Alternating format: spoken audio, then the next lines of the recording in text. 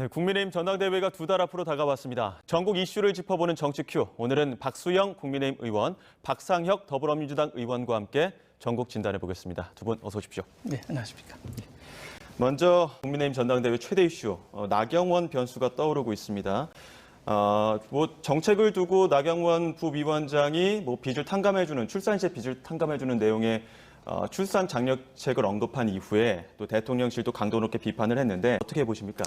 나경원 전 의원은 저희 당으로 봐서는 보기 드문 여성 4선 의원이고 원내대표직도 수행을 했었거든요. 그래서 매우 중요한 인물이기 때문에 중요한 임무를 맡긴 것이죠. 저출산고령사회위원회 부위원장이 대통령이 중요한 자리입니다. 그래서 그걸 잘 해주시기라고 믿고 맡긴 것입니다. 그런데 이 공직의 무게를 정확하게 계산을 못했는지 지금 하실 일은 여기서 성과를 내야 되는데 그 성과를 내기보다는 당대표 출마를 위한 디딤돌로 활용하는 듯한 느낌 이런 게 있고 이런 중요한 정책에 대해서는 대통령실이라든지 기재부 돈이 이게 12조 내지 16조가 드는 사업이라고 하거든요. 큰 돈이 들기 때문에 관련 부처하고 협의도 중요한데 이게 마무리되지 않은 상태에서 성급하게 나가다 보니까 고령사회 부위원장이 저출산고령사회 부위원장이 이런 정책을 내면 정부의 정책이라고 믿을 가능성이 매우 높거든요. 그래서 빨리 용산 대통령실에서 그건 대통령 정책과는 다르다라고 제어를 한 것으로 이해할 수 있겠습니다. 나경원 전 의원이 부위원장이고 대통령이 지금 위원장이란 말이죠. 그런데 이제 위원장과 협의 없는 어떤 정책들이 발표가 되니까 대통령실에서도 각을 세우고 있는 건데 이 부분에 대해서는 야당 입장에서 어떻게 보십니까?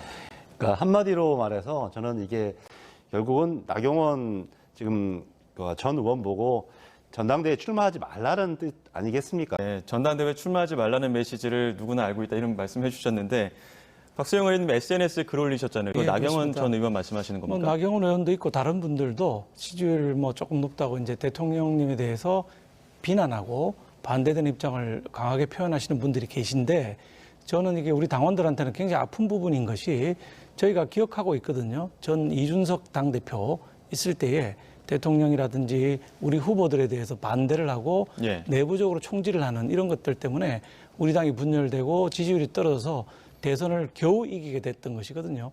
이런 걸 감안하면 우리 당원들 그 부분에 대해서는 트라우마 같은 게 있다고 생각합니다. 따라서 이게 반대를 하고 이런 게 건전한 비판은 좋지만 비난을 한다든지 또는 협의가 안 된 정책 이게 아까 우리 박상혁 의원님께서는 대통령과 협의를 말씀하셨는데 기재부와 협의도 굉장히 중요한 것이거든요. 돈이 드니까. 근데 그런 협의 과정 거치지 않고 나갔다는 것이 공직의 무게에 대한 좀 판단이 흐린 게 아닌가 하는 생각을 하게 만들어서 제가 SNS에 글을 올린 것입니다. 과연 나경원 부위원장 출마를 할까요, 안 할까요? 저는 지금 나경원 부위원장이 출마 고심을 하고 있다고 듣고 있습니다. 그런데 결국은 출마를 안 하는 것이 본인을 위해서 좋고 당을 위해서 좋은 게 아니냐. 무리하게 출마를 해서 용산하고 충돌하는 이런 당대표를 만들면 제2의 이준석, 제2의 유승민이라는 벼로가 붙을 가능성이 있기 때문에 본인의 정치적 미래를 위해서도 출마는 하지 않는 것이 좋다. 또 그렇게 갈 만큼 사선 의원으로서의 정치적 역량과 판단력을 갖추고 있다. 이렇게 믿고 싶습니다. 야당에서 보시기에 나오시는 게 좀 나을까요? 아니면 안 나오시는 게 나을까요? 야당의 입장이 따로 정해져 있는 것은 아니고 지금 오늘 오전에 또 한편에서는 안철수 의원이 당대표 출마를 공식 선언했습니다. 지난 대선 당시 윤 대통령과의 단일화 언급하고 또 윤 대통령과의 인연 특히 강조했습니다. 출마 선언 어떻게 보셨습니까? 우리 안철수 의원께서도 사실 우리 당에 굉장히 중요한 자산이고요. 지난번 대선 과정에서 결정적인 결심을 하셔가지고 후보 단일화를 했지 않습니까? 그래서 크게 기여하셨고 또 이제 우리 인수위에서 인수위원장도 맡아주셨던 중요한 분입니다. 그래서 정치적 운명 공동체 말씀하셨는데 우리 당의 당원들 모두가 대통령과 정치적 운명 공동체라고 생각을 합니다. 여러 가지 좋은 말씀 주셨는데 다만 제가 염려스러운 것은 그 수도권 후보가 나와야 된다. 수도권에서 당대표 나와야 된다는 수도권 당대표론을 말씀하셨는데 그건 꼭 맞는 것 같지는 않습니다. 예전에 우리 기억하시겠지만 황교안 대표가 수도권 출신인데 총선을 치러가지고 우리가 대패를 한 적이 있거든요. 승리의 관건은 그게 아니라 우리 윤석열 대통령께서 성공을 하시느냐 안 하시느냐, 얼마나 좋은 정책으로 수도권 유권자들의 어필하느냐 안 하느냐 이게 문제이지 당대표가 수도권 출신이다. 이것 자체가 중요한 건 아니라고 생각합니다. 캠프 개소식 열었던 김기현 의원. 오늘 직접 그 캠프 개소식도 다녀오셨죠? 네, 제가 갔다 왔습니다. 뭐 인산인해라서 바깥쪽 주차장부터 사람이 너무 꽉 차가지고 예. 겨우겨우 들어갔는데 정말 많은 분들이 와주셨고요. 윤심 자꾸 말씀하시는데 저희 민주당 정권 때도 마찬가지입니다. 청와대 그때 당시 청와대죠. 청와대 지시로 통과시킨 엉터리 같은 법들이 한두 개가 아니거든요. 근데 그런 방식의 윤심이 아니라 우리는 대통령이 성공을 해야 우리 정부도 성공을 하고 대한민국도 성공을 할 수가 있기 때문에 성공한 대통령을 만드는데 아픈 상처가 있거든요. 대통령하고 반하는 의사를 가진 당대표 뽑았다가 이게 당이 엉망진창된 경험이 바로 직전에 있기 때문에 이번에 당대표만큼은 대통령하고 뜻이 통하는 사람, 잘 소통할 수 있는 사람으로 뽑아야 되겠다는 것이 당원들의 뜻이기 때문에 대통령과 잘 소통할 수 있는 사람이 필요한 것이 이번 우리 전당대회의 모습입니다. 그 김기현 의원 장남 결혼식 관련해서 윤 대통령과 통화했다. 와, 진작 얘기 왜 안 했냐고 이런 이야기도 있었는데 이것도 어떻게 보면은 그 윤심이 몰려 있다, 교통정리가 끝났다라는 어떤 방증으로 봐야 되는 겁니까? 대통령께서는 뭐 의원들께 전화를 자주 하시고 소통을 예. 하시는 편입니다. 이번에 전화 주신 거는 아무래도 그 자녀 결혼인데도 알리지 않았거든요. 예. 그 부분에 대해서 전화를 주신 걸로 알고 있는데 몇 번의 사인들이 지금 나오고 있는 거죠. 저 김기현 의원하고 소통이 잘 되고 있다는 그런 모습들이 국민들한테 지금 비춰지고 있는 것입니다. 자, 이런 가운데 본격적으로 지금 전당대회 레이스 뛰어든 김기현 의원 그리고 안철수 의원 서로를 향한 견제도 가열되고 있습니다. 4월 5월 되더라도 맛있게 만들어주는 김치 냉장고가 있는데 아직도 2차 산업혁명 시대 이후에 살고 있는 그런 컨셉트를 갖고 있는 것이 아닌가. 그렇게 저 국민들께는 와닿지 않을 겁니다. 윤심이 어디에 정해져 있지 않습니다. 네, 본격적으로 김장 논쟁 계속되고 있는데 이거 좀 어떻게 바라보고 계십니까? 예, 뭐 이제 시작이니까 예. 가벼운 농담 쪽에 공방이 오고 간 거예요. 건투로 보면 이제 본격적인 시합 전에 예. 잽을 날리는 뭐 이런 정도가 아닌가 생각하고 앞으로 이제 본격적으로 당을 어떻게 개혁하고 대한민국을 어떻게 만들어 나가겠다는 본격적인 논쟁이 될 거라고 보고 있고요. 제가 뭐 사견을 하나 말씀드린다면 김치 논쟁, 김장 논쟁은 아주 좋은 거라고 생각합니다. 왜 우리 국민들 다 김치 좋아하고 예. 우리 김치만큼 또 우리 대한민국 대표 음식이 없는 거 아닙니까? 대표를 뽑는데 대표 음식 논쟁한 거는 뭐 나쁜 거 하나도 없다 이렇게 보고 있습니다. 예, 박상훈 의원님 또 과거에 안철수 의원 캠프 부대변인도 하시지 않았습니까? 안철수 의원의 어떤 지금 김치 논쟁 이거 좀 어떻게 바라보고 계십니까? 근데 그 전에 먼저 말씀드리고 싶은 게 우리 박수영 의원님은 이준석 대표 얘기를 하시는데 오히려 박근혜 정부 시절에 우리 이정현 전 의원이 대표를 하셨어요. 예. 이정현 대표만큼 박근혜 대통령과 당시에 소통되는 사람이 누가 있었겠습니까? 과연 그래서 정당의 지지율이 올랐던가? 그러니까 그런 부분들. 김기현 대표가 원내대표를 하실 때 행보를 보면 무조건 양보하고 들어주고 이런 스타일이 아니고 협상할 건 협상하고 강하게 투쟁할 건 투쟁해서 굉장히 많은 걸 얻어냈거든요. 예. 필리버스터 할 때는 이제 1번 타자로 나서서 우리 의원들의 사기를 북돋워준 적도 있고 되지도 않을 것 같던 법사위원장 찾아오고 7개 상임위원장 찾아오고 이런 협상 과정을 보면 지킬 거 싸울 거 다 그런 용산하고의 관련도 예. 지킬 거 지키고 방향을 잘 잡아가실 분이라는 판단이 들기 때문에 대부분의 현역 의원들이 김기현 의원을 지지하고 있는 것이거든요. 예. 다른 후보들은 지금 보시면 지지하고 있는 현역 의원이 거의 없다시피 합니다. 누구 이름 다 되긴 그렇습니다만은 예. 한 7명 정도 나와 계신데 다른 의원들은 그 의원하고 같이 한다고 하는 현역 의원이 거의 없어요 지금. 그런 상황이기 때문에 잘 하실 거라고 믿고 있고 힘이 모이고 있다고 생각합니다. 지금 김기현 의원에게는 박수영 의원이 있다, 지지하는 의원이 있다 이런 말씀이신 거죠? 뭐 저도 당연히 지지하고요. 예. 저는 뭐 원내대표 하실 때 워낙 잘했기 때문에 당대표로서도 잘할 수 있다는 역량을 지켜보고 있습니다. 예, 뭐 앞으로도 나경원 전 의원의 변수도 남아있기 때문에 나경원 전 의원의 그 변수가 어떤 또 파장을 일으킬지 지켜봐야 될 것 같고요. 민주당 소식도 한번 짚어보겠습니다. 이재명 대표 내일 오전 10시 30분에 검찰에 출석할 예정입니다.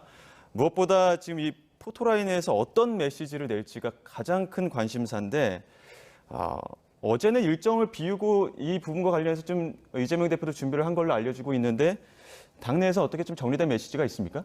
뭐 메시지를 당내에서 정리한다기보다도 아마 대표께서 검찰 출석과 관련되어서 당당하게 국민들께 그런 입장들이 있을 것입니다. 이게 관련 혐의와 관련된 입장은 아니더라도 어쨌든 대외적인 메시지를 내겠다 이런 말씀하셨는데 결국엔 대통령실에 대한 뭐 입장을 낼까요? 검찰공화국 얘기, 정치적인 보복 얘기 늘 하시던 말씀 그대로 하실 거라고 생각합니다. 우리 박상희 의원은 같이 가신다고 하셨는데 이재명 대표의 사법 리스크라는 것은 당 대표를 수행하다 생긴 일이 아닙니다. 당하고는 예. 전혀 상관없이 일개 기초지자체의 수장이었을 때, 시장이었을 때 생긴 일이거든요. 지금 측근들도 전부 구속되지 않았습니까?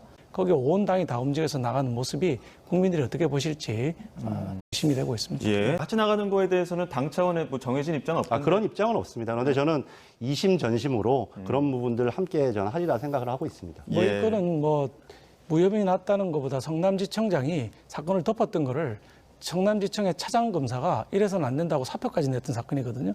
그리고 이제 정권 바뀌고 나서 새로 임명된 검사들이 원점에서 새로 수사를 해서 많이 알려진 사건이고 저도 국회에서 여러 번 폭로를 했던 사건인데 정상적으로 이제 정상적으로 수사가 되고 있는 것이죠.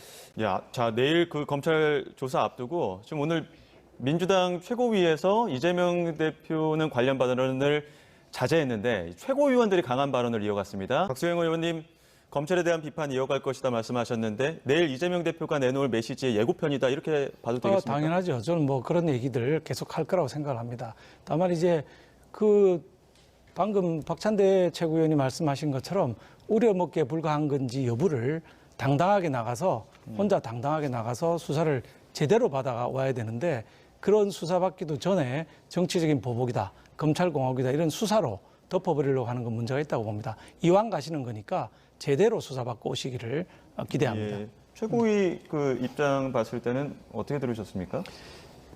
이 포토라인에 쓰는 자체가 저는 이재명 대표가 스스로 당당하다는 것을 스스로 입증하는 하나의 상징적인 전 모습이라고 생각을 듭니다.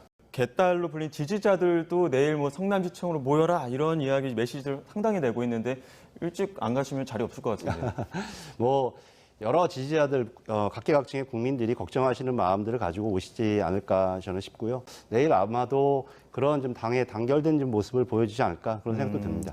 자, 내일 소환조사 정면 돌파하고 신년 기자회견 앞당겨서 반격 전략 모색할 것이다 이런 해석들도 나오고 있습니다. 신년 기자회견 이재명 대표도 앞두고 있기 때문에 지금 목요일 예정되어 있습니다. 예? 목요일 예정되어 있는데 예. 당연히 이제 검찰에 출석 전에 하는 것보다는 출석을 마치고 또 조사를 마치고 올 한 해 어떻게 우리 민주당이 나아갈 방향에 대해서 여러 가지 다양한 입장 표명들 그리고 정책적인 내용들을 하는 것이 순서이지 않을까 싶습니다. 지금 검찰 조사 마치고 나서 이틀 뒤에 신년 기자회견이기 때문에 여기서 검찰 그 조사 관련된 질문들이 또 집중되다 보면 설 민심에 어떻게 반영이 될까 이런 그 관측들도 나오고 있는데 이런 의문에 대해서는 어떻게 보십니까? 글쎄 방금 박상희 의원님 말씀하신 대로 질문을 제한 이렇게 하면 안 될 것 같고요.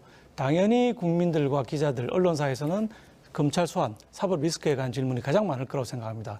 특히 그동안에 이재명 대표께서 복도에서 지나가면서 기자들 묻는 질문에 대해서 답변을 쭉 안 해오셨거든요. 예. 묵묵부답으로 지나가셨기 때문에 그동안 쌓인 것들이 많아서 이번엔 질문이 많을 것인데 질문을 제한하지 마시고 두루들어서 국민들의 의혹을 궁금증을 해소해 주시는 모양을 보이시면 좋겠다고 생각이 듭니다. 의원님 그거는 대통령한테 하셔야 될 것 같은데요. 신년 기자회견도 안 하셨어요. 매일 방송에 안 나오시는 분이 그 문재인 대통령입니다. 역대 대통령 중에 가장 적게 나왔습니다.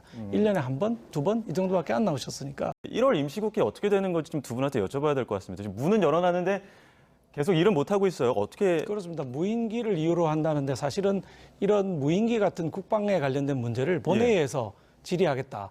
이건 좀 역대 우리 역사에 맞지 않는 거고요. 이런 비밀을 요하는 부분은 상임위라든지 국방이나 정보위 같은 상임위에서 비공개로 해야 되는 것이지 본회의에서 드러내놓고 할 일은 아닌데 이슈가 없다 보니까 노웅래 의원, 이재명 대표에 관한 체포동의안 문제가 있기 때문에 그게 올라온 노웅래, 아직 올라오지 않은 이재명 대표 이 부분을 막기 위해서 그 국회를 일부러 열고 있다고 하는 의구심을 떨쳐버릴 수 없는 것이죠. 예. 본회의에서 한 일이 없습니다. 이건 상임위에서 해야 되는 것입니다. 근데 민주당에서는 안보나 경제 관련해서 긴급 현안 질의해야 된다 이렇게 요구도 하지 않았습니까? 예, 원래 오늘 내일 하자라는 게 저희들 입장입니다. 예. 이런 부분은 적극적으로 좀 임해 주셨으면 좋겠습니다. 예, 그러니까 상임위에서 공식적으로 논의를 해보고 거기서 부족하다 싶으면 본회의를 여는 게 정상적인 수순이라는 거죠.